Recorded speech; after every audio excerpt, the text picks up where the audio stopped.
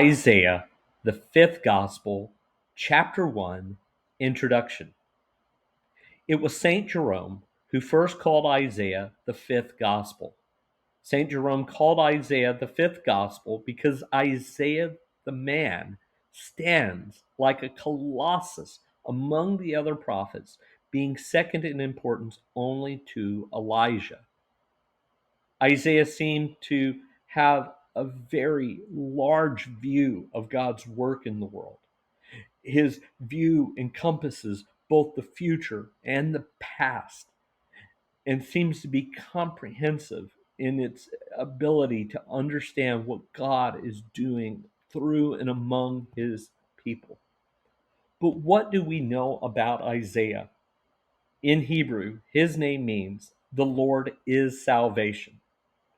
Isaiah lived in the 8th century BCE, which stands for before the Common Era, and the 8th century BCE encompasses the years 800 to 700 BC.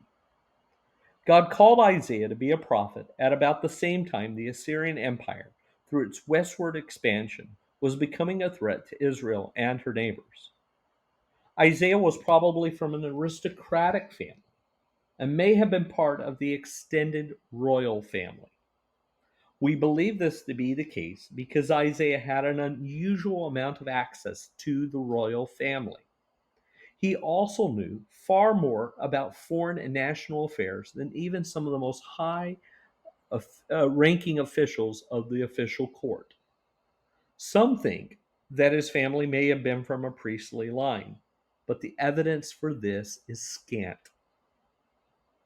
It is true that Isaiah was in the temple when God called him to the prophetic ministry. But many faithful Jews, if not most, would spend at least some time during the year within the confines of the temple. Isaiah also seemed to know a lot about the details of worship and what took place in the temple. But again, this is not unusual. And these two facts alone are not enough evidence to conclude that Isaiah was from a priestly caste. More likely than being from a priestly family, Isaiah probably came from a family which had a strong tradition of serving as prophets. One piece of evidence that suggests this is that Isaiah is well versed in Israel's prophetic traditions. Also, he was married to a woman who is said to be a prophetess, and the two had at least two children who participated in, at least to a limited extent, in their parents' prophetic ministry. Though Isaiah was part of a privileged family, he was well aware of and sensitive to the plight of the poor and the downtrodden, keeping with the instructions of the Torah to its people. It is also important to note that three other high profile prophets were at work around the same time as Isaiah. These three prophets were Amos, Hosea, and Micah. We have no evidence that these four men knew each other personally. However, Amos and Isaiah make some very similar arguments, even using in some cases identical language. One difference between Isaiah and Amos is that Amos's audience was the northern kingdom of Israel, while Isaiah's audience was the southern kingdom of Judah. Three texts, the Babylonian Talmud, the Jerusalem Talmud, and the Ascension of Isaiah, a Christian work preserved in Ethiopian, Greek, Latin, and Syriac fragments, but which we believe was originally written in Hebrew, tell us that Isaiah died a martyr, being sawn in half by his enemies. This text tells us that a growing animosity between Isaiah and King Manasseh led to his arrest and death. The story makes its way again into the Talmuds, the writings of several church fathers, the book of Hebrews, and the ascension of Isaiah. What were prophets? What function did they play? What did an Old Testament prophet do? Were they something like a religious fortune teller? Not really. Though some of the prophets made predictions or were given glimpses into the future, this was not their primary function. What they did primarily was to speak a word of commentary from God's point of view about how God's people were living. Sometimes their word of commentary was in the form of a critique or warning. Sometimes it was in the form of a word of hope or encouragement. We can get a sense of how different these prophets could be from one another by comparing and contrasting Isaiah with several other prophets. Isaiah served as a prophet for several decades. Amos, by contrast, served for only about a year. Isaiah seems to have come from a family of prophets. Amos says of himself, "I was neither a prophet nor the son of a prophet when God called." Instead, Amos was a farmer. Isaiah was willing to be called, saying to God, "Here I am, send me."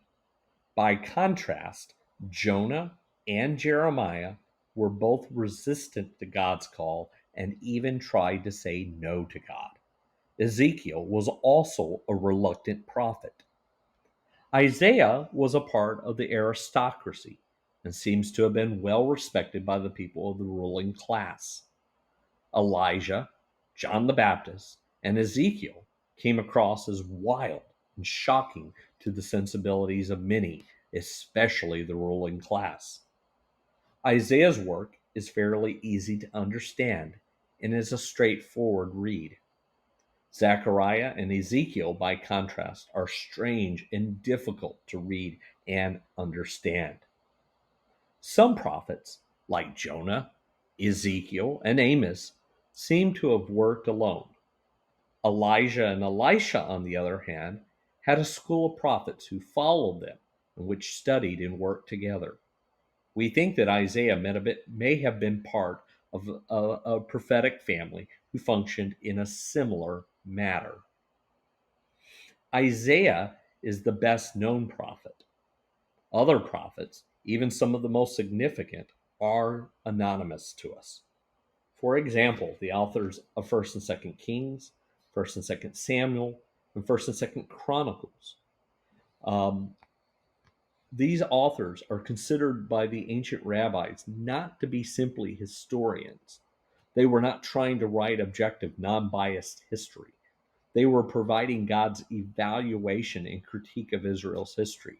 For this reason, the Jews and the Jewish Bible places these books among the prophets. Yet, considering their length and the importance of these works, we do not know who wrote or compiled them. Finally, prophets could come from any walk of life and could be male or female. We've already pointed out that Amos was a farmer, Ezekiel was a priest, Isaiah seems to come from the aristocracy, uh, but prophets could also be male or female. We've already mentioned that Isaiah's wife served as a prophet, but one of the earliest known female prophets was Moses' sister Miriam, who also stands as a giant among those who are revered um, for their faith and integrity. In our next video, we will consider the big ideas of the book of Isaiah. Thank you for listening to this video.